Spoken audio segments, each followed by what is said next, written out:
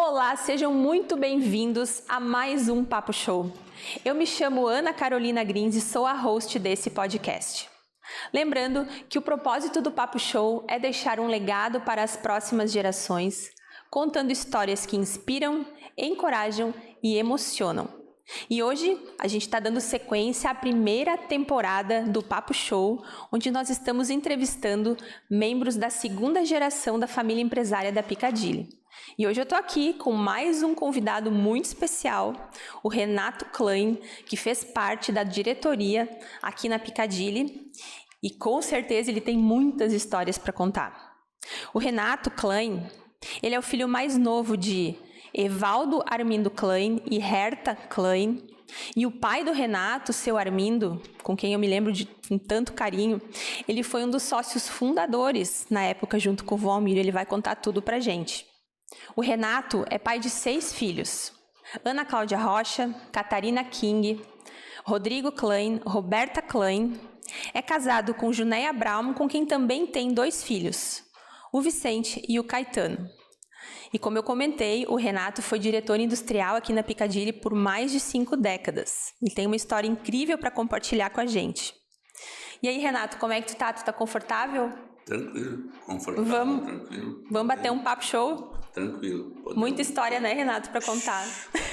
Não vai dar tempo para contar tudo, mas vamos dar um jeito aí, pelo menos os principais tópicos, né? Perfeito.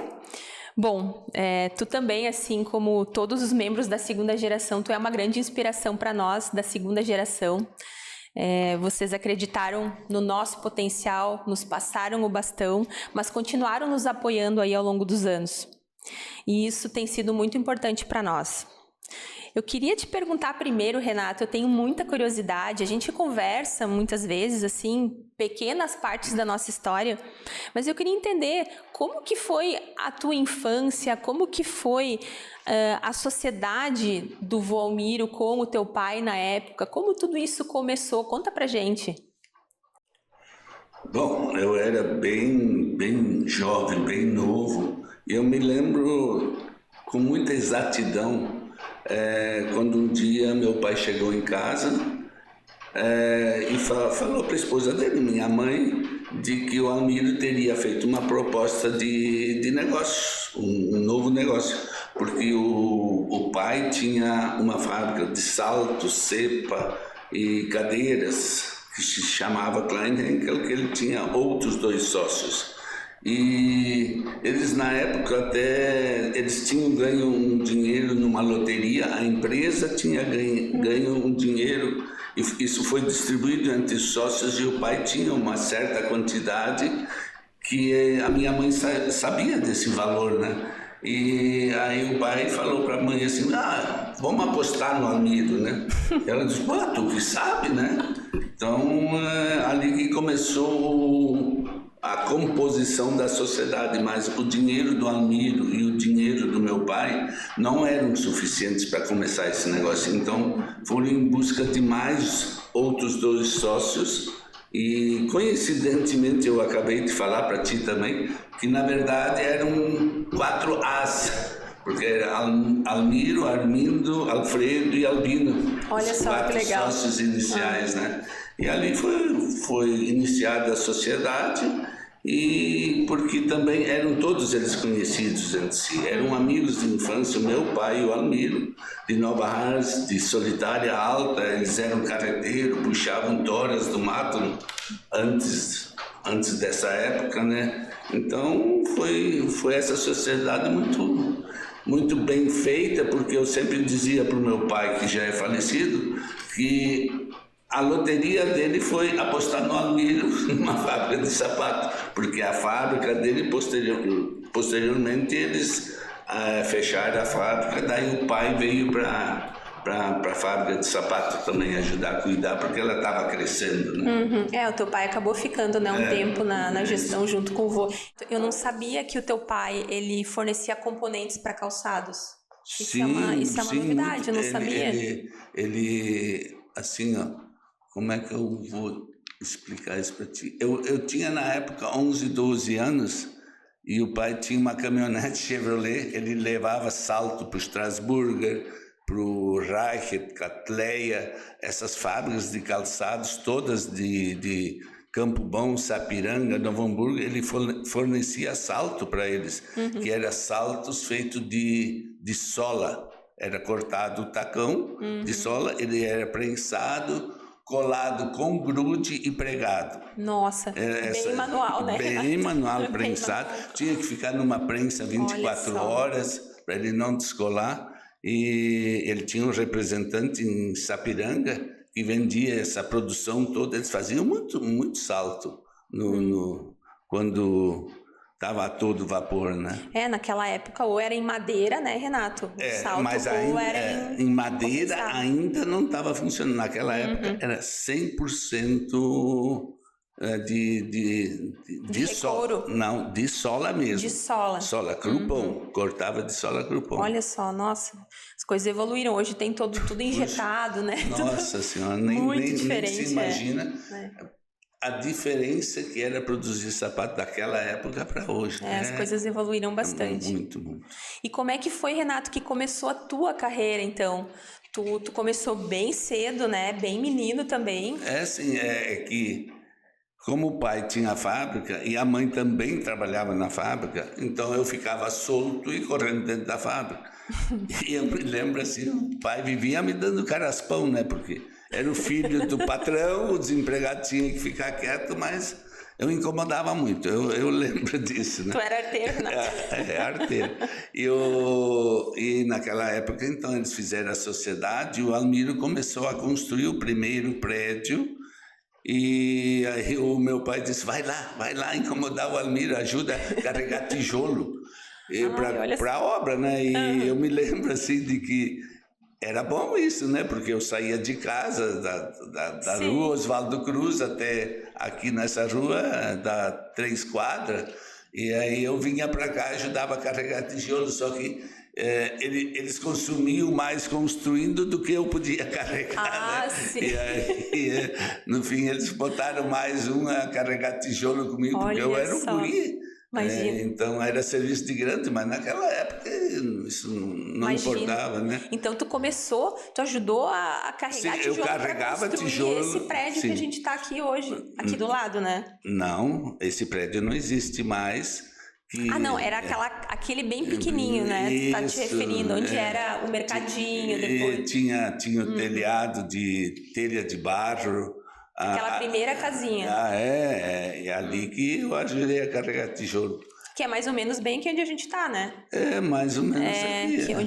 Onde foi construído esse prédio, que hoje é o nosso E veja o seguinte, Ana, né? Esse prédio foi construído onde não existia nada ao redor, no meio do potreiro. Imagina. Hoje tem uma praça, tem um prédio, tem vizinhos. Naquela época tinha o trilho que passava onde é a avenida e a fábrica que está sendo construída a uma distância de 50, 60 metros. Não tinha nada. Só o prédio que estava surgindo. Mudou muito, né? Imagina, mudou muito.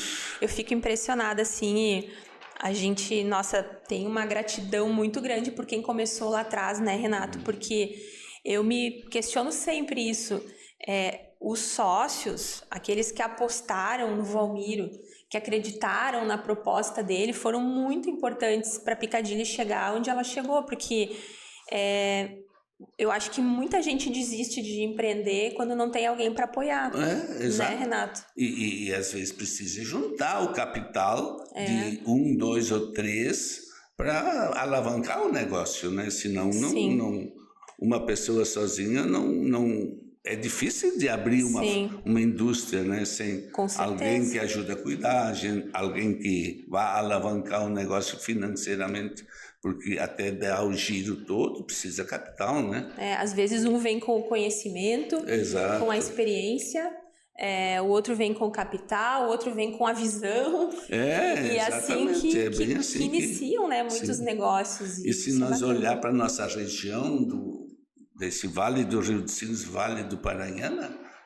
100% começou pequeno. Todas as empresas calçadistas começou com produção de 10, 12 par, e olha algumas empresas até onde chegaram, né? Com certeza. Infelizmente, algumas não sobreviveram. Igrejinha tinha muita indústria calçadista. Toda esquina tinha uma, né, Renato? Mudou muito. É impressionante. Então é bacana de ver que, né, eles persistiram lá atrás, certamente passaram por muitas dificuldades, todo início é muito difícil. Sim. Vocês, como segunda geração, também persistiram, não desistiram para a gente poder estar aqui hoje. Então, hoje nos orgulha muito. A Picadilly no ano que vem completa 70 anos de trajetória e graças a quem veio antes a gente está aqui, né, Renato? E tu começou, então, a trabalhar... Tu sempre teve, assim, o desejo, o interesse pela área produtiva. E como que começou? Tu começou como, Renato, na produção, quando tu começou a trabalhar aqui na Picadilly? Qual foi a tua primeira função, a tua primeira operação aqui? Tinha um dos sócios que cuidava da finalização do sapato, porque naquela época não tinha linha de produção, não tinha esteira, era tudo feito em cavalete, e os cavaletes eram empurrados para o próximo setor. E o último setor, que era limpeza, colação de palmilha, encaixotamento, prensagem da marca. Naquela época tu tinha que prensar, cravar a marca na sola, que era de couro também, né? Não existia sola injetada.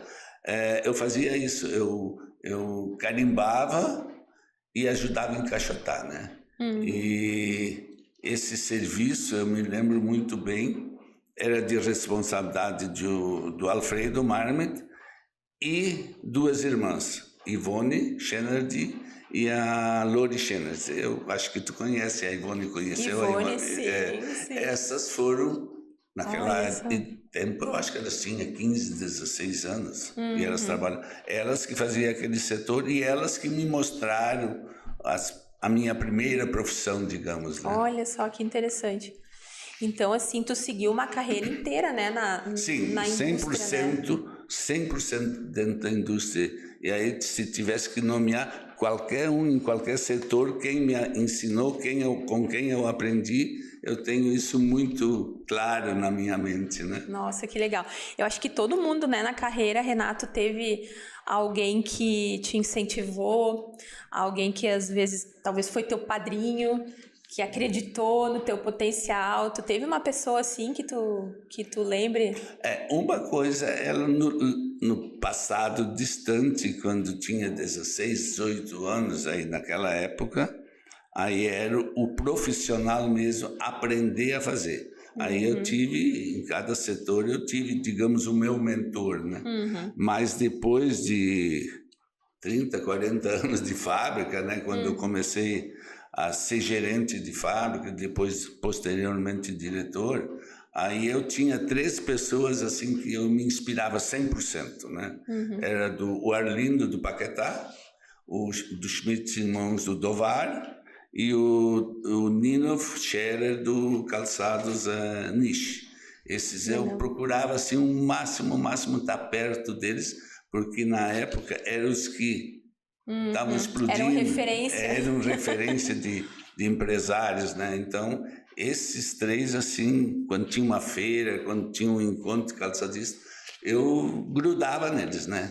Nem se era só para ouvir falar, mas o que eles diziam, eu ia atrás, né? Ah, com certeza. Isso eu acho que é um ótimo conselho para quem está querendo desenvolver uma carreira, é buscar boas referências, né, Renato? Porque quando a gente tem bons professores, é tudo muito mais fácil, né? Então, eu sempre digo ainda, né, Ana, não adianta só ter bons professores, tem que ser bom aluno também, Exato, né? é verdade. E quase sempre o aluno tem obrigação de sair melhor que o professor, né? Porque tem mais, modernizou, tem mais coisas novas surgindo, que aqueles que foram referência com o tempo não são mais. E vai surgindo novos líderes, né? Então tem que estar sempre atento a essa evolução, né? Com certeza. E pensando assim, todas essas décadas aí que tu te dedicou a esse negócio, Renato, tem alguma coisa assim que tu lembre que foi uma dificuldade grande na época, que bateu aquele medo? Eu acho que é importante a gente falar sobre isso, porque eu sempre penso, quem vê as empresas que estão bem no mercado, que não tem noção de tudo que passou, de tudo que aconteceu ao longo do tempo e saber que vão acontecer momentos difíceis, mas que com criatividade, com persistência a gente vai superar e que tudo isso passa em algum momento. Eu acho que é um bom aprendizado para quem vai estar assistindo aí o conteúdo que a gente vai estar compartilhando. Tu lembra de alguma coisa que seja interessante compartilhar? Uma das coisas assim que deixou nós, digamos, da segunda geração preocupado foi quando começou a mudar o couro para o sintético. Porque, tão bem como eu, tu sabe a diferença entre fazer o sapato... É totalmente diferente, né? Sintético. Era outra elasticidade, era outra maneira de trabalhar o calçado, de colar, de cortar. É uma mudança total. E na época, a gente estava no couro, foi para um outro tipo de material que é derivado de couro, que é o camurção, aquela raspa mais forte, e depois entrou o sintético, onde vinha tudo, ele vinha da Itália, né? E isto foi assim muito preocupante, né? Porque tu sair de um produto que o mercado está acostumado, mas que não está mais acompanhando a evolução do preço e dos custos, e entrar num sintético onde o preço do sintético estava muito parecido com o do couro, né? Então isso foi uma mudança radical. A mim me deixou preocupado na época e assim eu achei que nós não ia conseguir. Mesmo eu sendo industrial, eu sempre questionei e fiquei muito preocupado na época. Sabe, Renato, que tu tem uma característica que eu gosto muito em ti, que tu sempre nos apoiou muito no desenvolvimento de produto, analisando as linhas que a gente ia lançar nos nossos calces, né? Que a gente fala o calce comercial para escolher os modelos que vão para a coleção. Tu sempre, nunca nos limitou criativamente. Eu acho isso muito bacana. Tu sempre dizia, olha, façam que a gente vai estudar a melhor forma de fazer.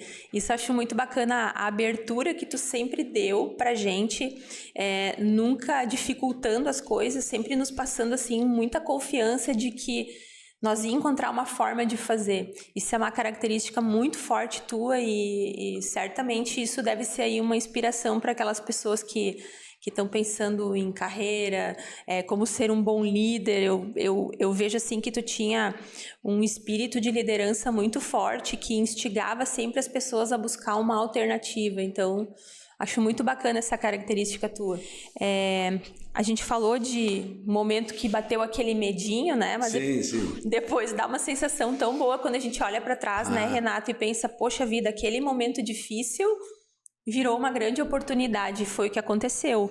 Essa mudança do couro para o material alternativo na época, e olha, a Piccadilly foi pioneira. Sim, 100% pioneira nisso.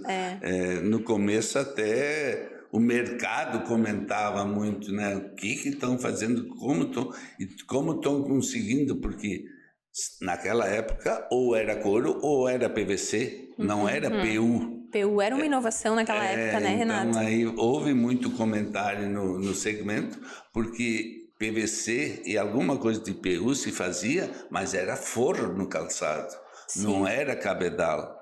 E foi muito, muito desafiador até para o lojista. Digamos, é PU, o que é PU, como se comporta PU. Foi bem difícil. Tanto eu como os outros sócios e o Tiburcio que trouxe essa inovação do PU para dentro da empresa, deve se lembrar muito bem desses detalhes, dessas dificuldades de adaptação do mercado e das pessoas, né, dentro da empresa. Porque não era mais chanfrado, não era, sabe? Mudou todo o processo. Todo o processo industrial mudou, né? Sim, o sistema de corte, né, Renato, muda tudo, né? Além da elasticidade completamente diferente do couro, né? O bom do material alternativo, eu uso material alternativo porque ainda existe né, quando fala sintético, né, as pessoas, sim. Acaba, né, tendo essa, mas o sintético, o material alternativo, ele te traz uma padronização melhor de corte também. Com certeza. Eu vou explicar para o pessoal que está assistindo. A gente fala às vezes a nossa linguagem técnica é muito familiar para nós, mas as pessoas devem estar se perguntando o que é PU, sintético PU. PU é uma abreviação do nome poliuretano. Ele é um material à base de poliuretano. E existem 2 tipos de sintéticos no mercado. O PVC, que ele tem uma base de plástico, a gente pode dizer, sim, né? E o PU, que é um poliuretano. Qual é a diferença? O poliuretano, ele é um material muito mais leve, ele é térmico.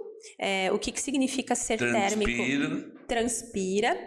Térmico é o seguinte, se eu tô pisando num solo muito gelado, não vai transportar para o meu pé aquela temperatura externa. E no calor a mesma coisa. Então ele mantém a temperatura do nosso corpo. E a leveza dele é uma característica também importante. E é legal de dizer que todas as bolas de futebol hoje são de PU, porque as bolas de couro, na época, antigamente, quando eram usadas, elas eram muito pesadas. Quando alguém levava... Encharcavam com muita facilidade, com a água também. Imagina levar uma bolada numa bola de couro pesada, nossa, não era nada agradável. Então, o poliuretano, na época, foi uma baita inovação. É um material extremamente tecnológico, né, Renato? Então, sim, e que ele permite copiar qualquer textura do couro. Então, essa foi a grande inovação na época. A gente consegue criar e inovar muito com esse tipo de material. Então, uma outra coisa que eu queria te perguntar, Renato, em carreiras assim, como a tua, né, dos irmãos, e, enfim, de toda a segunda geração, tem alguma coisa assim que quando tu olha para trás e lembra tudo o que aconteceu, alguma coisa que tu te orgulhe? Sabe, poxa, isso aqui, quando a gente fez aquilo, isso foi incrível, eu me orgulho muito de ter feito parte disso. Tem tantas, né, Ana, que a gente fica pensando, orgulho. Orgulho eu tenho de tudo que existe na empresa, porque participei sempre até dos 12 aos 75 anos, quando eu parei de trabalhar, né? Mas teve momentos, sim, que a gente... teve desafios e posteriormente olhou para trás, que bom que deu certo, né? Eu acho que isso que nós acabamos de falar é um exemplo, né? Tudo o produto em si e também comprar as áreas ao lado para poder evoluir. Quando se comprou a unidade de Teutônia, se comprou a unidade de Santo Antônio, isso faz um bem muito grande para a gente. Isso é uma satisfação quando tu consegue evoluir, né? Isso é orgulho, isso é satisfação pura. E tu tá vendo somar, sabe? Nós temos aqui um funcionário que sempre diz, não gosto de fazer conta para trás, diminuir. Eu também não, eu gosto de somar, multiplicar, somar. Então, é esse tipo de crescimento que eu acho que é muito bom para as pessoas, para a empresa e para a comunidade, para os acionistas. Todo mundo gosta de evoluir e sentir orgulho do seu negócio, né? Com certeza. Essa responsabilidade hoje é de vocês, né? Mas com o apoio de vocês, é importante o apoio de vocês sempre, meu Deus. Eu tenho certeza que a Picadilly conseguiu quebrar aquele paradigma, né, Renato, de que a terceira geração quebra um negócio. Sim, existe até uma estatística, mas a gente tem muita clareza do porquê está dando certo na Picadilly, porque vocês continuam apoiando muito a terceira geração. Vocês acreditaram na terceira geração para dar sequência ao legado de vocês, então é por isso que dá certo, não tenho dúvida. A gente falou, né, tu falou do que deu medo, aquela troca de matéria-prima. Eu gosto muito de fazer essas reflexões. Por exemplo, quando a gente sente medo, nós temos 2 escolhas. Ou a gente paralisa, dá um passo para trás, ou a gente vai e enfrenta aquele medo.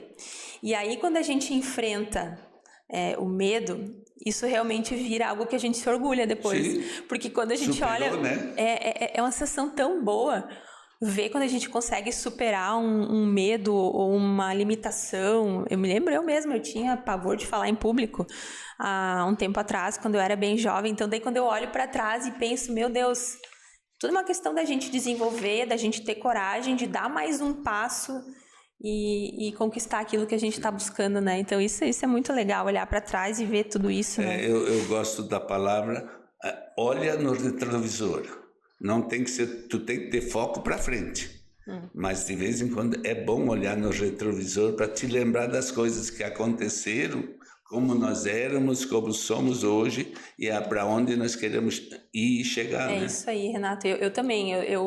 Eu acho que a gente tem que, às vezes, olhar no retrovisor para ver se não caiu nada pelo caminho. Né, Renato?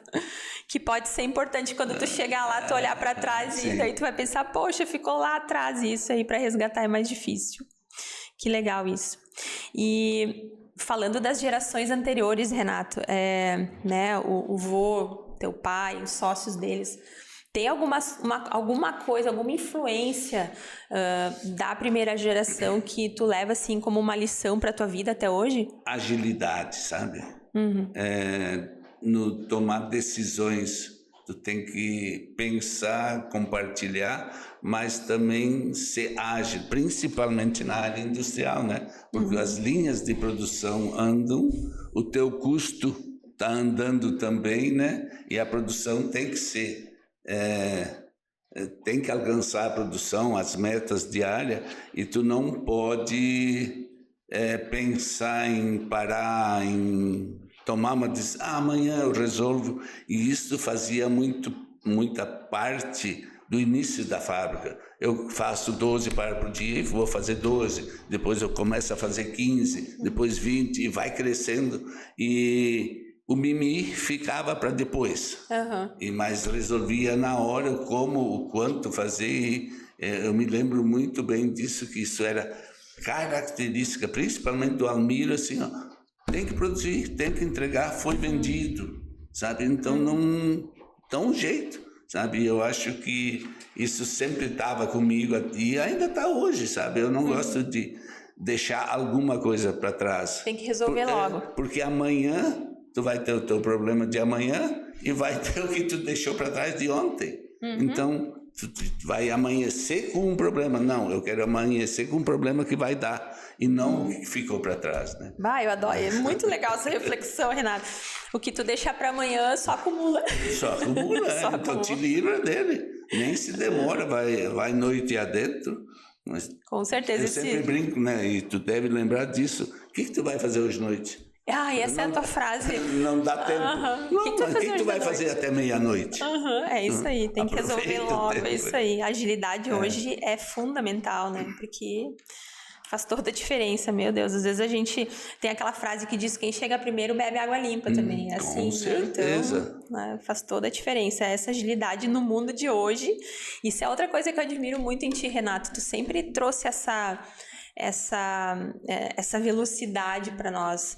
E tu foi, então... Tira o B da cadeira, né? Pode falar.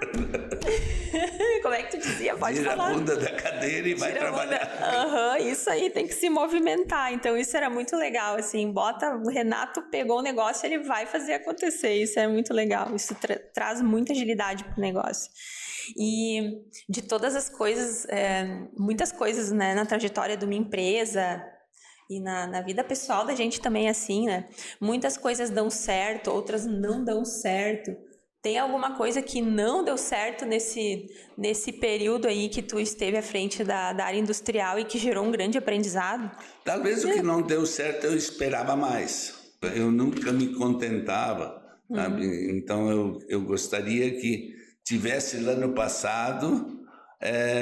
conseguido produzir muito mais do que nós podíamos e que vendia na feira de Novo Hamburgo, na FENAC vendia, e aí vendia a cota, fechava a cota do ano. Vendia o ano na feira, né?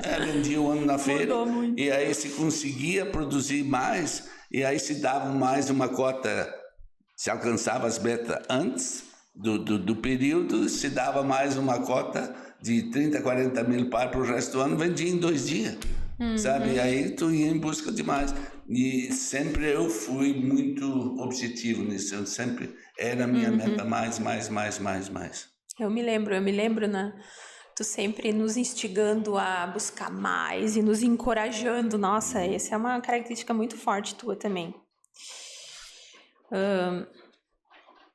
Uma coisa que, Renato, a gente comentou, tu foi então o último da segunda geração a sair do negócio como gestor, digamos assim, né?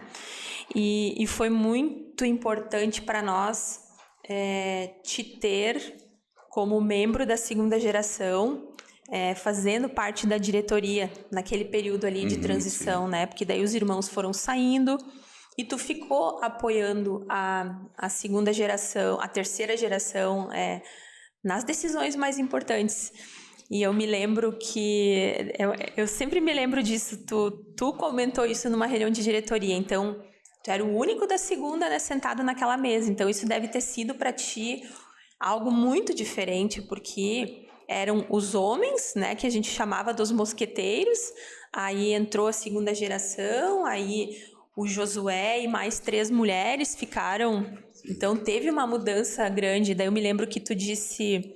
que uma pessoa te perguntou, poxa, agora, como é que é trabalhar com as mulheres? Porque eram sempre só os homens.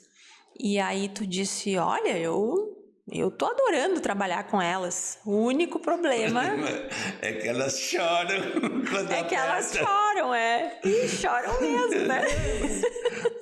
Mas eu acho que faz bem chorar mesmo. Eu acho que é legal...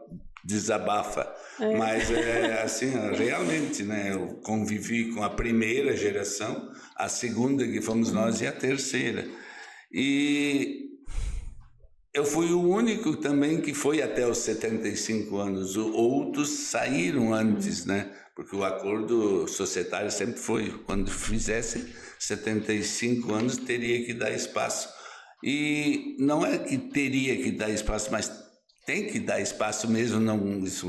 Alguém tem que ser substituído, porque senão tu vai desaparecer e ninguém está preparado para o negócio, né? Então, e eu acho que deu muito certo. Eu nem acho, eu tenho certeza que foi muito bem conduzido, porque também os outros sócios pais de vocês também alavancaram isso em vocês, né? De que esse negócio teria que continuar para o bem da família empresária. E foi muito bem e graças a Deus vocês estão fazendo. Aí é o contexto total de vocês, mulheres, estão fazendo isso muito bem. E há um tempo atrás eu escutei um homem falar numa entrevista a respeito da direção das mulheres numa empresa. E ele falou uma frase que eu adorei, e eu já disse isso uma vez. Os homens cuidam de uma empresa, as mulheres administram e cuidam. Ou os homens administram e as mulheres cuidam e administram, né? Então eu acho que elas têm um carinho maior por ser mãe, por ser esposa, tá? Elas olham para a empresa com outros olhos do que os homens olham, né? Os homens são muito mais profissionais, as mulheres não, elas cuidam mais do negócio. Então, meus parabéns para vocês. Obrigada, Renato. Nossa, mas é importante, assim, dizer do quanto nós mulheres que estamos hoje na gestão do negócio acreditamos na diversidade. Tanto que hoje na diretoria nós temos 3 homens e 3 mulheres. Então, eu acredito que... Não acredito que as mulheres sejam melhores do que os homens. Eu acho que somos complementares. Nós somos diferentes. Os homens têm uma visão mais racional, na minha visão, e a mulher tem uma visão mais emocional, mais intuitiva. Sim, então, sim. Todo esse lado que eu acho que agrega muito para um negócio. Então, acho que essa dobradinha ela é perfeita. Então, eu não acho que é positivo nem tanto para um lado, nem tanto para o outro. E eu tenho certeza que é por isso que está dando muito certo. Certo. Não, perfeito, Ana. Eu me surpreendi. No começo, porque não era a cultura da nossa empresa, né? Mulher na sociedade. Nunca foi, e tanto é que todas as mulheres, quando os homens, elas ficavam viúvas, aí era comprado a parte delas, né?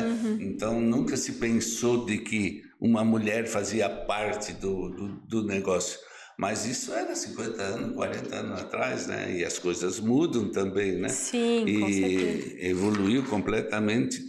Temos muitos casos de mulheres muito bem-sucedidas, muito mais que homem, né? Então não tem mais essa diferença. Eu acho que equilibra muito bem, sabe, essa dobradinha, né? Eu vejo assim que os desejos das mulheres, as aspirações das mulheres mudaram de um tempo para cá. Com certeza. Porque, como o vô mesmo dizia, o que vai ser do nosso negócio? Só nascem mulheres, porque eu fui a segunda a nascer. Aí ele ficou muito preocupado, justamente porque naquela época as mulheres não tinham esse desejo de eu vou ir para a empresa, vou ser empresária. Então não era comum. Hoje eu vejo que a mulher despertou para ter a sua independência financeira, e eu acho que isso faz muito sentido, porque além de elas estarem se desenvolvendo, né, aprendendo coisas novas, porque o trabalho traz um aprendizado muito grande, a gente desenvolve essa liberdade, que no caso o lado financeiro traz também, e a mulher se realiza. Eu acho que tem todo um... Então, assim, a sociedade hoje está muito mais preparada para isso, para receber essas mulheres que estão querendo, né, tocar suas carreiras. Isso que é o mais bacana. O seguinte, né, Ana, se nós voltar para a década de 50, 60, 70, a sociedade era machista, né? Exato. Não tinha opção, né? Infelizmente isso mudou, né? Eu até não, quando alguém fala, o machismo, eu nem condeno assim, né, do passado, porque era parte do contexto, era uma questão cultural mesmo. Exato. Então a pessoa que é criada numa cultura machista, ela vai ser machista. Então é assim, né, que acontece. Então, felizmente, né, Renato, isso tá mudando. Mudou. E a Picadilly tá aqui para encorajar as mulheres a seguir um caminho profissional. Exato. Que dá certo, né? Exatamente. E da tua transição, Renato, quando que ela aconteceu? Isso faz agora exatamente 2 anos que tu fez a transição, que tu saiu da gestão. 2 anos e pouquinho. Né? Como é que foi isso, hein, pra ti? Como é que foi esse momento depois de tantos anos, né, como diretor industrial, sair do negócio? Como é que foi essa experiência pra ti? Para mim foi muito ruim. Eu sofri muito na época, porque a minha vida inteira, sabe, dentro da empresa, à frente dos funcionários da empresa, né, participando com os funcionários no dia a dia, fazendo produção, fazendo sapato, fazendo qualidade, fazendo tudo. Eu acordava de manhã cedo, sempre acordei antes das 5, para estar na fábrica às 6h30, 7 horas. Eu acordava e não tinha o que fazer. O primeiro e o segundo mês indo para a praia foi ótimo. Dezembro, janeiro, fevereiro estava na praia. E depois, quando eu cheguei em casa, criança do colégio, tinha que acordar de manhã para levar. Mas e agora? O que eu vou fazer o resto do dia? Sabe? Isso foi até isso... me caía a ficha de que realmente era assim e que não tinha como reverter. Foi terrível, né? Tanto é que hoje em dia eu ainda continuo levantando 5 horas. Só que hoje eu já compreendo isso, já sei de que é assim mesmo que vai ser, mas eu criei outras prioridades, eu criei outros afazeres, eu me reciclei, digamos, de que não sou mais diretor industrial e de que eu não preciso mais estar na fábrica 5h30, 6 horas, ou 6h30, ou 7 horas da manhã. Mas não foi fácil. Eu recomendaria para quem vai fazer isso um dia, e todos têm que fazer um dia, sair da empresa para dar espaço para os outros, começar uns 2, 3, 4 anos a se acostumar e abrir mão desse poder de decisão. O que é o pior de tudo é tu abrir mão do poder que tu tem. Te cair a ficha de que tu não é mais o cara que manda, sabe? E daí quando tu chega em outras situações, tu começa a entender de que outras pessoas mandam e não era só tu que mandava. Tu tem que assimilar isso muito bem. Isso no começo não foi fácil, Ana. Eu imagino que para ninguém, né, deve ser fácil isso, deve ser porque é uma vida, tu acostuma Sim, com o ambiente, com as pessoas, com aquele trabalho. E eu acho que o que precisa, né? Todos nós vamos passar por isso em algum momento. Com certeza. Precisa se pensar num plano para ter uma atividade, alguma coisa. Acho que no teu caso, Renato, tu faz muito bem isso. Tu sempre esteve muito envolvido com entidades, né, representando inclusive a Piccadilly, na Bicalçados, nos sindicatos, enfim. Então tu tem na Fiergues, tu tem assim uma... Hoje eu diria assim, Ana, eu sou presidente do Conselho Consultivo do SESI-Senai, da nossa região aqui. Aí eu participo da Bicalçados, sou presidente do Sindicato da Indústria do Estado do Rio Grande do Sul, participo na Fiergs. Então eu me mantenho no meio, isso eu aprendi logo depois, de que se manter no meio, encontrando essas pessoas, tendo esse relacionamento, isso é amenizado, esse impacto de ter saído da empresa onde tu ficou 50, 60 anos, né? Mas agora tá superado, eu nem me imaginaria mais ir para a fábrica, porque tudo mudou, né? Em dois anos eu acredito que muda muita coisa, então deixa isso para lá e eu vou ficar fazendo, digamos assim, devolvendo para o calçado conhecimento através dessas entidades que eu participo e retribuindo um pouco daquilo que o calçado me deu, porque eu sempre digo para todas as pessoas, se tu não te dedicar e devolver um pouco daquilo que tu aprendeu do teu passado e devolver um pouco, como é que vai ser no futuro essas entidades representativas? Como vai ter uma empresa se não tem um sindicato forte, se não tem uma Fiergs forte, se não tem um SESI, um Senai forte? Sozinho tu não faz nada, né? Com certeza. Toda empresa precisa dessas entidades. Então, hoje eu devolvo para as entidades e participo delas para devolver um pouco daquilo que eu adquiri, que a família adquiriu com o calçado. Porque na nossa região, se hoje tu olhar, hoje não tanto, mas há 15, 20 anos atrás, 100% era calçado, né? Então, a vida, tudo que se construiu numa cidade, na região, estava vinculado diretamente ao calçado, né? Com certeza. Não, esse teu envolvimento com essas entidades, eu acho que é muito importante. Isso também te ajudou nessa transição. Sim, muito. Com certeza, muito. Né, Renato? E eu fico imaginando, assim, uma pessoa que está planejando isso para um futuro próximo, ou enfim, ou que vai precisar pensar nisso. Eu acredito que ter expectativa certa de que isso realmente não vai ser uma coisa assim, ó, sair da gestão, amanhã vai estar tudo as mil maravilhas, né? Eu acho que ter expectativa certa de que vai precisar ter um processo, isso também ajuda, né, Renato? Sim, com certeza. Saber que preparar para isso, né? Então, assim, eu tenho certeza que assim como para ti não foi fácil, para todos que saíram até agora foi difícil e eu acho que o importante é a gente não ficar inativo. Tem que estar se conectando com as pessoas, tem que participar. Vai receber. Imagina também quantas oportunidades surgem para vocês. Sim. Isso também, né, Renato?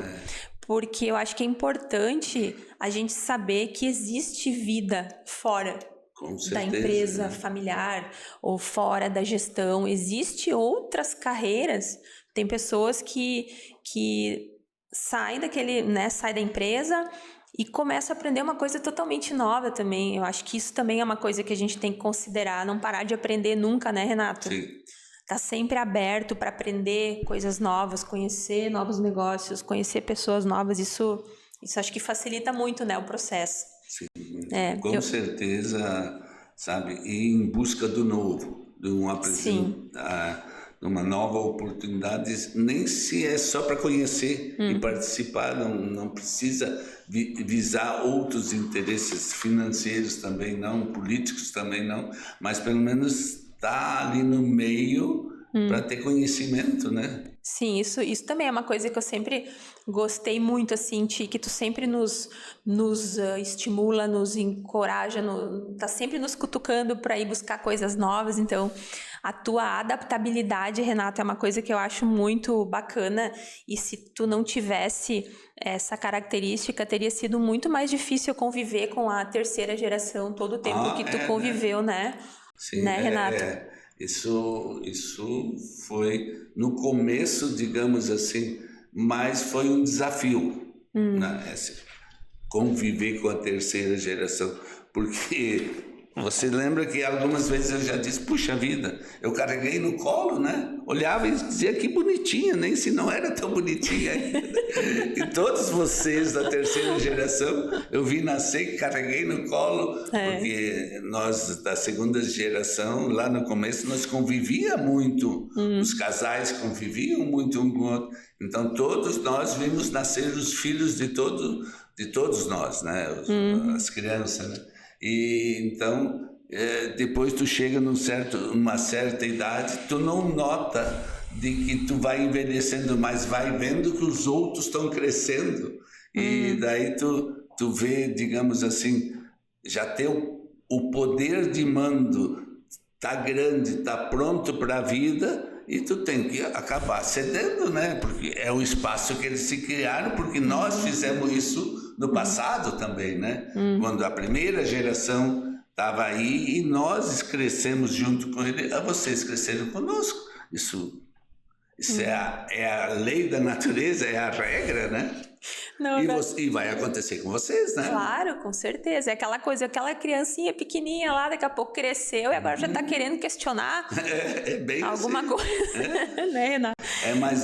Mas uma coisa também, né, é muito importante, Ana, que é faz o que tu gosta, faz aquilo que tu vibra, faz aquilo que tu cria entusiasmo, que mesmo não dando certo, tu não te incomoda porque está fazendo o que gosta.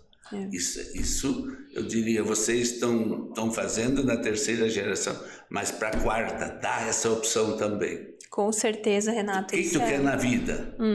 Por exemplo, o meu filho, o Rodrigo, eu trouxe ele 2 ou 3 vezes para dentro da fábrica. A terceira eu dei graças a Deus que ele não ficou.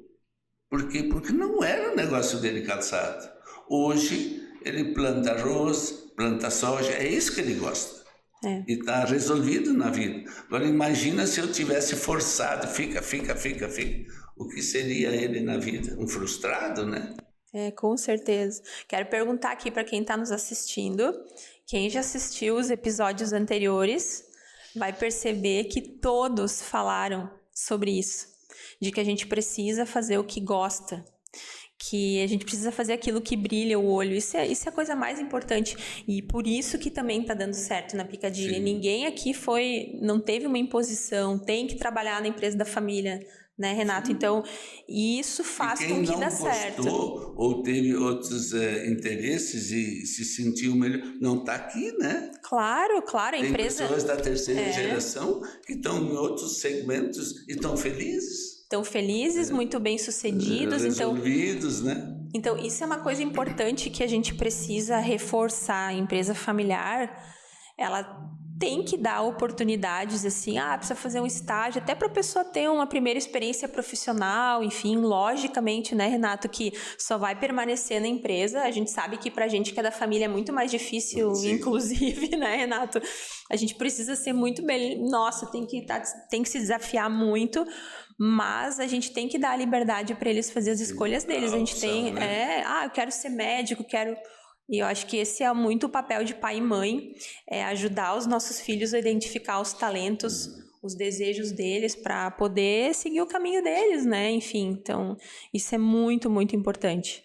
Mas isso também está bem resolvido no nosso negócio. Graças a Deus, né, Renato? Isso está todo mundo, né, super encaminhado. Quem está aqui gosta do que faz, está na área certa. Isso é muito legal de ver, né, no nosso negócio. Tem muitos exemplos de empresas familiares, justamente aquelas que não dão sequência, quando os pais exigem que trabalhem no negócio da família e não dá certo, né, Renato? Aí... E Ana, vamos lá, vamos para o mercado. Uhum. Quais as empresas de terceira geração? no segmento calçado. Aí, lógico, em outros segmentos tem muitas empresas ainda maiores e com terceira, quarta geração, mas não é fácil, né? Não é fácil. No calçado... Olha, no calçado, não sei se tem 10 no Brasil hoje. Eu acho que não. Do conhecimento que eu tenho, né? Acho que tem algumas que tem um pouco mais de tempo que a Piccadilly. Acho que tem 2 ou 3 que tem mais tempo do que a Piccadilly. É raridade, porque justamente porque é difícil, né, Renato? E aí tem um momento que, se ninguém da família quer seguir com o negócio da família, as próximas gerações, aí tem que profissionalizar, tem que trazer profissionais de mercado, enfim... E que também dá muito certo, né? Então, é um exemplo que a gente tem aqui na empresa também, áreas onde não teve ninguém da família, né? Se contrata profissional e a família continua apoiando, né? De alguma forma, naquelas áreas específicas.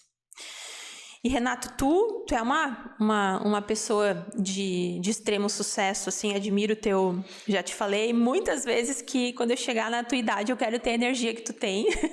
Isso é uma meta que eu tenho. Sempre super positivo, sempre super animado, enfim, então é uma coisa que eu realmente me inspiro em ti. E eu queria te perguntar, tu é um cara de sucesso, para quem olha de fora assim, pô, Renato, uma carreira incrível, um cara que é inspiração para muitos. Qual é a tua definição de sucesso? O que é sucesso para ti? Porque às vezes as pessoas têm interpretações diferentes, né, do que é sucesso. Tem gente que pensa que sucesso é ter dinheiro. Eu não concordo com isso. Sucesso é estar bem consigo mesmo. Sabe, tu poder levantar de manhã, olhar para todo mundo, cumprimentar as pessoas e não imaginar de que alguma pessoa esteja com inveja daquilo que tu conseguiu, tu só ter amigos, não ter inimigos,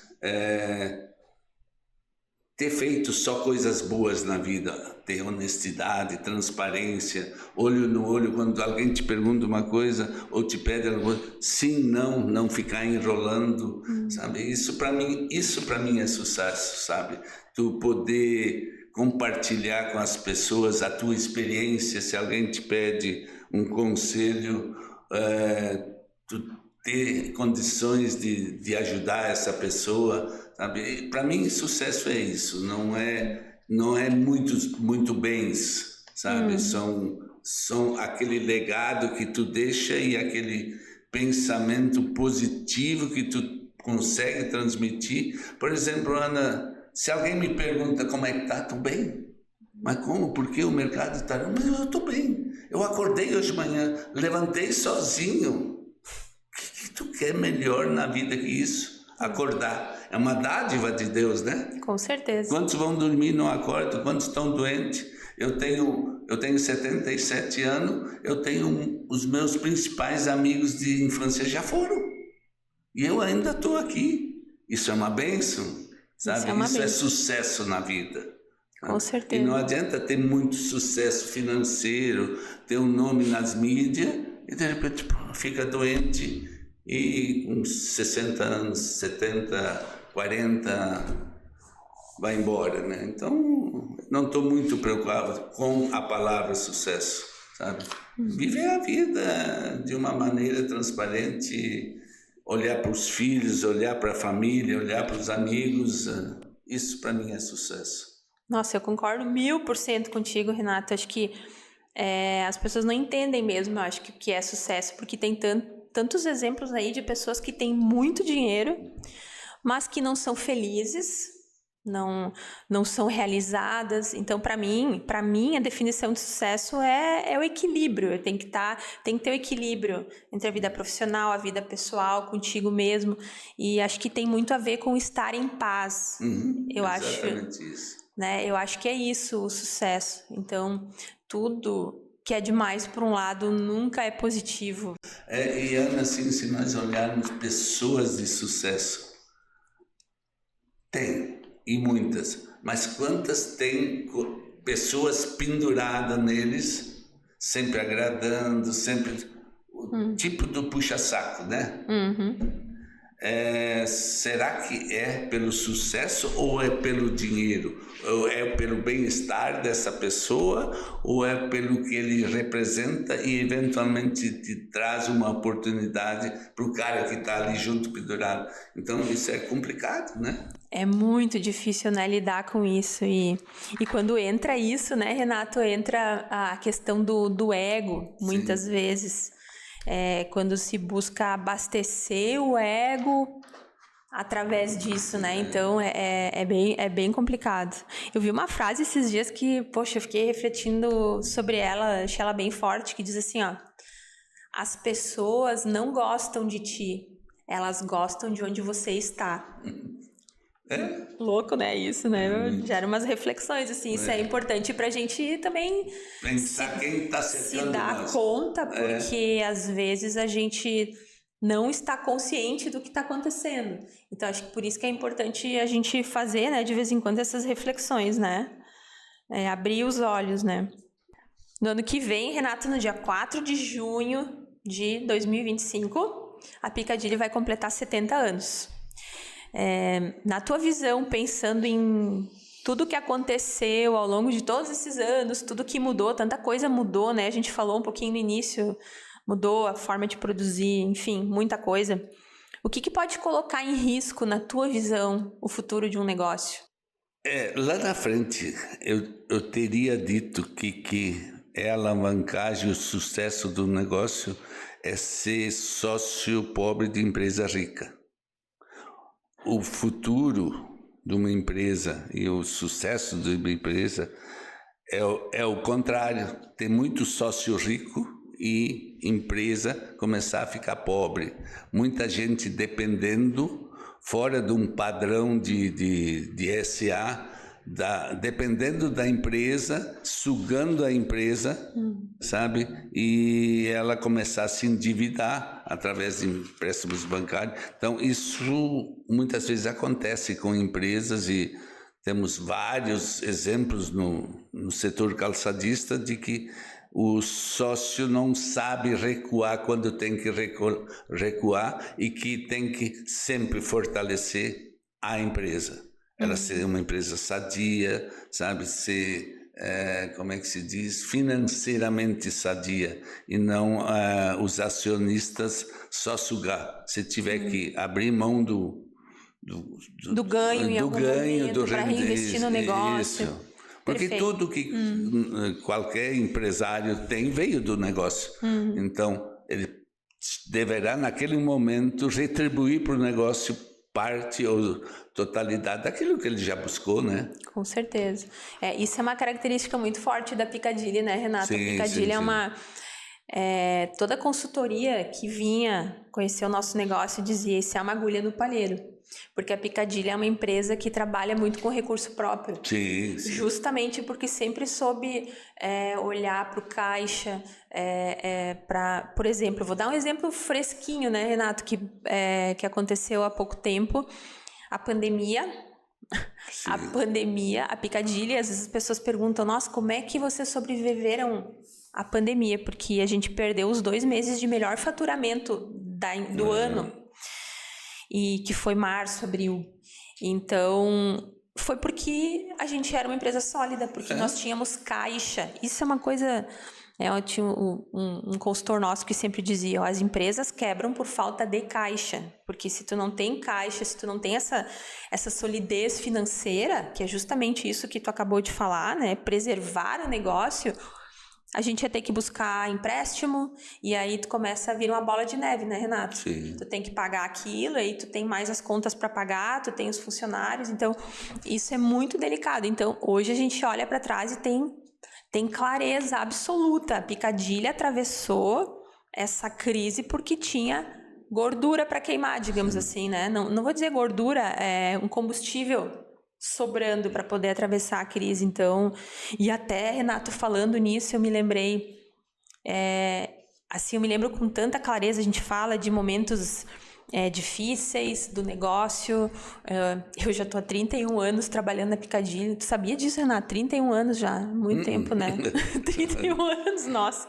Então eu passei também por alguns momentos bem difíceis, né, com vocês, né, nesse negócio. E o que eu me lembro, assim, que pra mim, né, falando a minha vivência específica, assim, foi ali aquele período da pandemia. E pra ti eu tenho certeza que foi também, né, Renato, que tu teve que... Sim, teve que repensar, né? E tu teve que fazer aquele comunicado, que a gente teve que fazer aquela... cortar na carne, que a gente fala. É uma coisa que fere muito o propósito da empresa, que é gerar empregos. Então, a gente precisou fechar uma unidade inteira de Santo Antônio para poder preservar as outras. Sim. Então, é aquela coisa, a gente precisou, né, desligar 600 funcionários na época para poder preservar outros 1.000 e tantos. Exatamente. Então, é uma encruzilhada, assim, que a vida profissional te coloca e tu tem que tomar uma decisão. E eu me lembro, Renato, que tu, como diretor industrial, tu fez o comunicado de que nós pararíamos de produzir aqui, nesta unidade aqui da matriz. E, nossa, eu me lembro, tu fez o comunicado, então tu como diretor industrial, e nós ficamos, eu e a Cris, ficamos na sala da diretoria chorando. Eu nunca me esqueço disso. Enquanto tu falava na caixa de som, a gente só imaginando assim a cena, meu Deus, foi muito louco assim. Mas poder ver que a gente já gerou muito mais empregos. Sim, sim. Então, essa é aquela coisa, o medo, tu atravessa a zona do medo, segue adiante, né? Não desiste, persiste, que aquilo ali vai virar algo muito bom depois. Assim, isso foi um dos momentos mais difíceis, mas nós tivemos uma época lá no passado, eu acho que foi na década de 80, foi onde houve uma transição do couro para raspa, para o sintético. Aí esta unidade lá, que é aquele pavilhão da praça ali, nós tínhamos 5 esteiras lá de produção e só 2 funcionando numa época. Era assustador. Isso foi na década de 90 ali, né, Renato? Eu acho que foi por ali. Ali foi uma época muito difícil também. Mas daí também, naquela época, é aquilo que eu disse antes. Só se tirava aquilo que era extremamente necessário para a sobrevivência dos sócios, sabe? Então, sabe, em primeiro lugar a empresa se preservou, cada um fez seu sacrifício. Foi uma época muito difícil também, mas superamos também, Superamos, né? Poxa, dá um orgulho, né? Quando a gente olha para trás e pensar nessas coisas que se fez pela empresa, né? Com certeza. E com certeza o fato de ter a sociedade, os próprios sócios, isso ajuda muito, né, Renato? Quando estão à frente. Quando tem uma sociedade unida, sabe? Todo mundo indo para a mesma direção, né? É muito mais fácil atravessar essas crises, com certeza. Renato, quando as pessoas olharem para trás, assim, e lembrarem do Renato, do profissional, da pessoa que tu é, o que tu espera, assim, que as pessoas lembrem de ti? Das coisas boas que eu consegui fazer com eles, sabe? Dos desafios que eu fazia com eles e eles superavam, né? Então, em treinamento, em produção, em qualidade, em mudanças de layout, eu sempre gostava de desafiar. Se tu fosse dono, como tu faria? Eu gostava muito de fazer essa pergunta, porque aí tu não te impõe a tua vontade, a tua ideia, e sim deixa eles muito livres para pensar e para fazer. E eu gostaria que eles lembrassem sempre de mim, de que eu sempre dei muita liberdade para trabalhar comigo, digamos assim, na área industrial, né? Eu sempre desafiei eles, eu gostava de desafiar, porque para mim se alcança muito mais objetivos e metas eles compartilhando as ideias do que a gente chegar e dizer assim, vamos fazer assim, vamos fazer assado. E um exemplo muito grande se deu lá em Teutônia uma vez que quando eu tenho oportunidade de falar, eu falo. Nós estávamos desenvolvendo um produto que vocês tinham lançado, mas nós precisava e tinha necessidade de fazer mais rápido, ganhar tempo e ser mais produtivo, né? E aí eu estava na linha de produção lá na costura, o problema era na costura, e uma líder não me conhecia, sabe? E eu cheguei, estava olhando e disse, mas faz assim. Daí ela disse, não, nós já testamos, se fizer assim como eu quero fazer, eu tenho certeza que dá certo. E eu recuei, né? Aí o resto do pessoal que me conhecia também ficou assim, pô, essa mulher enfrentou o Renato, né?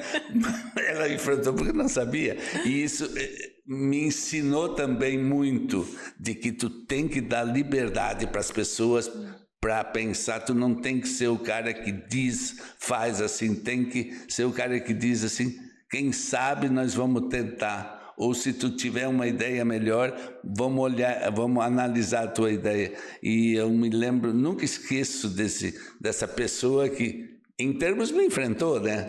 Os outros acharam muito engraçado e depois eu soube. Foram, pá, mas é o diretor industrial, né? Mas daí já tinha ido mesmo. E que coisa legal, deu certo o que ela sugeriu. E ela disse, não, isso nós já tentamos, não dá. E era a minha sugestão, foi muito legal aquilo. Eu acho que autonomia, né, Renato, sim. com responsabilidade, isso é muito importante. E estar aberto a ouvir outros pontos de vista, isso soma demais, né, para o negócio, Renato. E isso é muito legal, isso agrega demais para o negócio. Se tu pudesse voltar 50 anos atrás, pensando assim na tua vida, que conselho tu gostaria de dar para o Renato de 50 anos atrás que faria todo sentido, que facilitaria a tua vida hoje? Que conselho seria esse? O Renato de 50 anos atrás era bem diferente do de hoje, né? Era mais possessivo, mais autoritário, sabe? Mas eu também... Talvez até para justificar, as épocas eram outras, as pessoas eram diferentes, né? Mas se eu soubesse naquela época como lidar com as pessoas, como tratar, talvez eu seria bem diferente naquela época, né? Mas deu certo, sabe? Então... Talvez só seria um pouquinho mais fácil. Talvez seria um pouquinho mais fácil, porque... Eu sempre digo assim, com toda a transparência, quando eu saía da porta e umas pessoas vinham pela calçada, eles atravessavam a rua para não passar por mim, sabe? Então, eu tinha uma imagem, uma impressão daquilo que eu não era mesmo, não era assim, mas as pessoas tinham uma imagem de que eu era muito autoritário, muito firme, né, nas decisões. E realmente, na época... o processo era assim, né? Porque os líderes, os auxiliares, todo mundo era meio... Não era tudo no diálogo, assim, como é hoje, né? Era tudo... Era comando e controle. Isso, bem assim. Então... Mas também, na época, né, Ana? Tu fazia um produto hoje e tu trabalhava com ele um ano. Um ano inteiro. Era muito mais fácil, né? Então, tu tinha algumas coisas... Tudo em série, né? Se tu saía fora do padrão, tu já sabia por que saiu fora do padrão, porque se o padrão é esse, não tinha muita flexibilidade.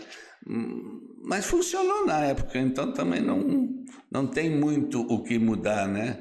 Funcionou aquela época, funcionou depois e funcionou agora, recentemente. A gente tem que ser tipo camaleão, né? Ir se adaptando de acordo...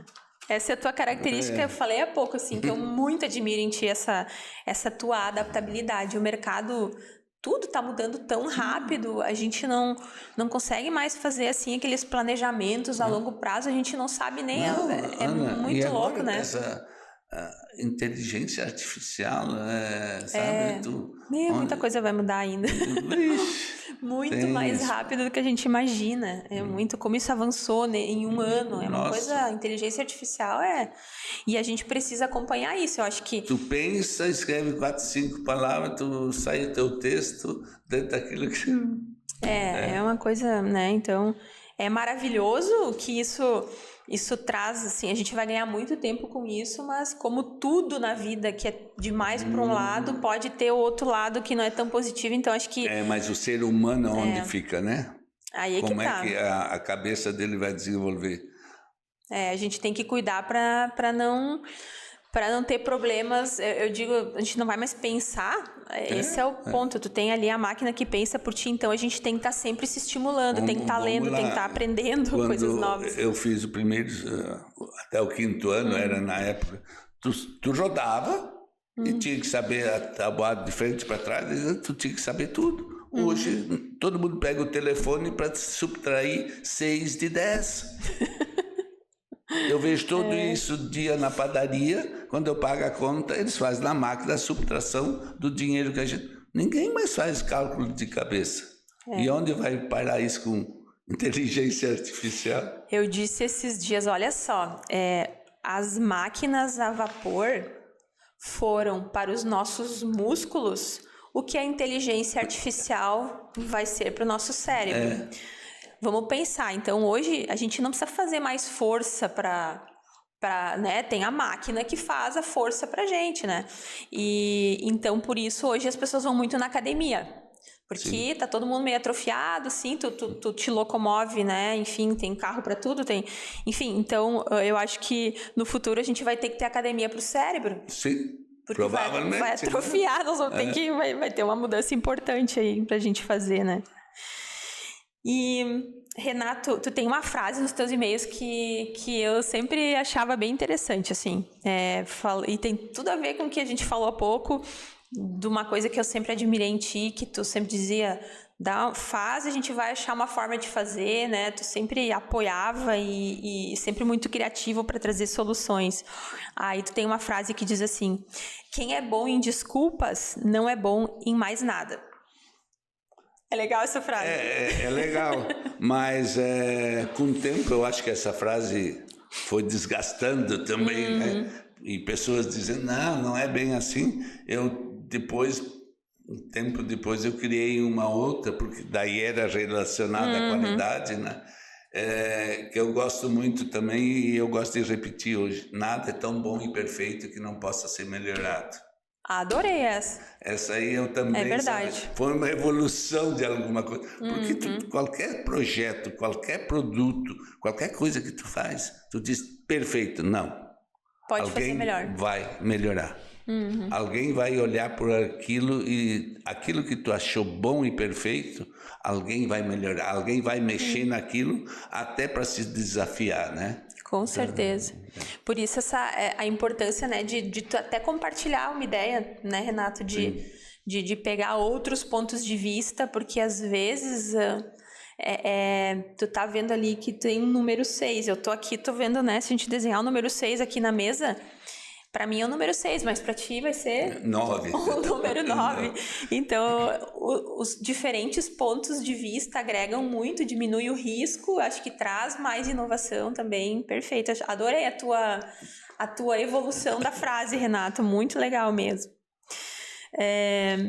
Acho que estamos, né, já chegando aí no fim da nossa conversa. Tem alguma das coisas ali que tu gostaria muito de falar que eu não te perguntei? Porque o nosso roteiro de perguntas aqui, tem mais uma aqui que eu ainda vou te perguntar, que é a mensagem para os jovens, né? Se tu tem algum conselho, assim, valioso, mas tem alguma coisa ali que tu acha que eu esqueci de falar? Tem uma coisa que aconteceu no passado, foi em 1965, a maior aventura da minha vida, né? Eu saí do exército, eu parei de trabalhar aqui para ir para o exército, servia a obrigatoriedade da época, para todo jovem de 18 anos tinha que servir exército, e eu fui servir, e eu já trabalhava aqui na fábrica também, já era inscrito, digamos, né? E aí eu dei baixa em novembro, fim de novembro, e vim aqui para retomar, né? Eu vou voltar a trabalhar. Era expectativa também, né? E aí eu encontrei o Almiro, sabe? O que tu tá fazendo aí? Eu digo, parei no exército.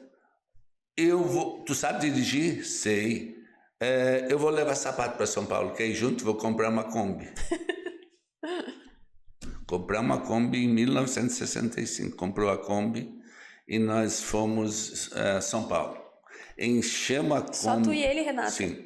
Enchemos a Kombi de sapato, caixinha a caixinha. E separava os pedidos por um fio de amarrar a caixa, né? Então estava tudo organizado, a Kombi cheia, até entre o motorista, que era ele, e eu, tinha a caixinha de sapato, e por cima enlonado, tudo que dava para carregar e que não dava, nós botamos para dentro. E aí saímos e fomos para São Paulo. Começou uma chuva, um temporal, começou a chover muito, que nem essa época, e derrubou a ponte do Rio das Antas. E nós chegamos lá e a ponte tinha caído. O exército estava construindo uma ponte flutuante, e aí ele subiu com outros carros, com a Kombi. Quando chegamos no outro lado, nem 5 minutos depois, arrebentou os cabos e a ponte foi embora, a flutuante. Só que nós estávamos no outro lado, e aí... Imagina, o Rio das Antas, tu conhece, né? Não, mas é altíssima, né? E aí estava na base do rio, tinha que subir. Aí para subir, teve que vir um trator de esteira para arrastar a Kombi para cima. Como ela era nova, não se sabia se estava boa ou não, né? Chegando lá em cima, ela começou a falhar e não andava mais. E rebocaram até um certo lugar. No outro dia de manhã conseguiram pegar. Fomos a Lages e fizeram a revisão e consertaram a Kombi, e nós continuamos a viagem. Chegamos, e o Almiro sempre andando, né? Queria andar de noite, de dia, porque tinha que entregar o sapato em São Paulo, né? Nossa. E... aí lá na Serra do Registro, e ele andando, chovendo, vento, de repente veio uma ventania assim, mas deslocou a Kombi, porque ela estava muito alta, carregada, sim, deslocou assim para um lado. Ele disse assim, eu acho que, papai do céu, que nós paramos. Ele disse assim, eu acho que nós vamos parar. Aí ele foi para o acostamento, para o lado do morro, né? Porque o outro era peral. Aí nós ficamos sentados e dormimos um tempo dentro da Kombi, e o vento balançando. Estava para escrever um livro aquela viagem, né? Olha aí só. Outro dia de manhã acordou, céu de brigadeiro. E continuamos a viagem, fomos a São Paulo, chegamos lá e fomos nas lojas e descarregando sapato. Pedido por pedido, Casas Vermelhas, Besni, aquele pessoal todo daquela época que recebia sapato. Todo mundo ficou muito satisfeito, porque era 3 dias antes do Natal, né? E de noite fomos jantar na casa do marido Padovan, que era o representante da época, né? E depois saímos dali, voltamos, e não dava mais para voltar por essa estrada 116. E aí saímos no Paraná e descemos em região de Joinville, Itajaí, aí para baixo. E não existia 101. Era tudo estrada de interior mesmo, né? De chão. De chão. Em alguns lugares, então, se conseguia ir um pedaço por onde já estavam tentando abrir a 101. E aí chegamos em casa, era dia 24, antes de tarde. Imagina. E aí o Almiro disse assim, tem que comprar um presente de Natal ainda para a avó. Veio assim, tem que comprar um presente de Natal. Aí ele chegou na Lojas Mena, não sei se chegou a conhecer. Sim. E comprou um liquidificador para dar de presente. Para chegar com presente. Presente para a esposa. Olha isso. É coisa que tu não guarda, não esquece nunca, né? Nossa. O vô gostava de ir para São Paulo, né? De Kombi. Mas Olha. Era a maneira mais rápida, né? E poupar frete também, né? Sim, imagina, né? Quantas horas dá isso para São Paulo de Kombi naquela época com as estradas. Agora eu fui semana retrasada, eu fui de caminhonete, mas dá para fazer num dia, né? Sim, mas fui a imagina. Pirassununga. Imagina, o pai também tem essa história das viagens com o voo para São Paulo. Ai, olha só que legal.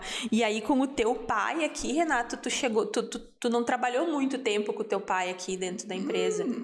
Não. O Vormindo, ele era responsável por qual era a área dele aqui dentro da empresa? Da embalagem final. Ah, tá. Uhum. Naquela época se chamava de limpeza, né? Uhum. Porque os trilhos tu abastecia, montava e a partir depois da prensa tirava a forma, dali para frente era outro responsável pelos trilhos. Eles eram repartidos, né? Uhum. Nossa, olha só, gente, era muito trabalho naquela época, meu Deus. Completamente diferente. Nossa, mas que legal ouvir essas histórias.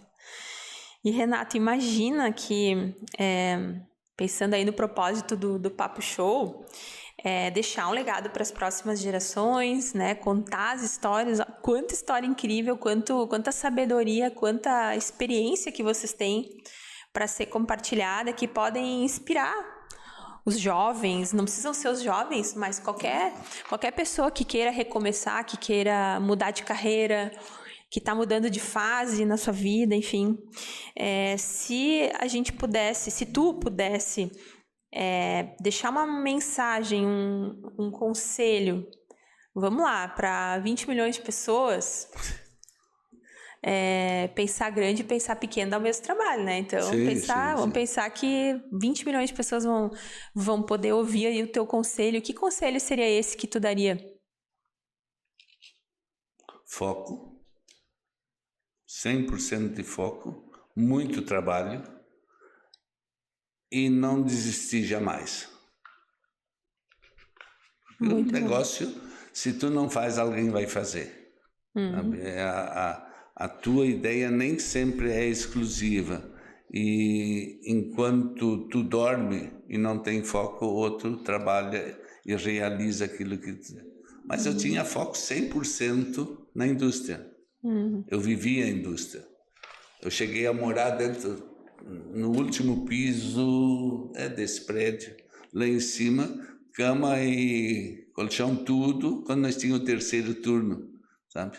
E tinha o terceiro turno aqui na Matriz, é verdade. 100% aqui dentro. Tem um carinho, um respeito muito grande, uma gratidão por tudo que tu nos ensinou, né? Tu nos apoiou demais, não tem ideia do quanto foi importante naquele período ali que só tu, como membro da segunda geração, esteve sentado àquela mesa com a gente, o quanto aquilo foi importante para nós. Então, obrigada por acreditar no nosso trabalho, por apoiar sempre a terceira geração, por ser nossa inspiração. Obrigada de coração. Eu tenho um presentinho aqui para ti. Queria que tu... uma lembrancinha. Muito obrigado. Dá uma olhadinha do outro lado dessa caneca só para tu ver. Sou eu? É tu, é bonitão, né? Tempo. Mas tá bonitão, hein, Renato? Muito obrigado. Uma pequena lembrancinha. Sucesso para vocês aí. E vou dizer, Ana Carolina, eu acredito 100% em vocês, terceira geração, que do jeito que vocês estão se dedicando e cuidando da nossa empresa. Tenho certeza absoluta, ninguém faria melhor. Obrigada, tá? Obrigada pela confiança. Gente, chegamos aí ao fim de mais um Papo Show. Eu espero que vocês tenham gostado. Eu achei incrível esse papo aí com o Renato. Agradeço aí a audiência de vocês e pergunto mais uma vez, já se inscreveram no nosso canal do YouTube? Tem o Spotify também. Nos sigam nas redes sociais para não perder nada desse conteúdo e também nos ajudem a compartilhar. Deem um like, que isso nos ajuda a fazer com que esse conteúdo chegue ao maior número de pessoas. Te desejo tudo de mais show nesse mundo e a gente se vê no próximo Papo Show. Até!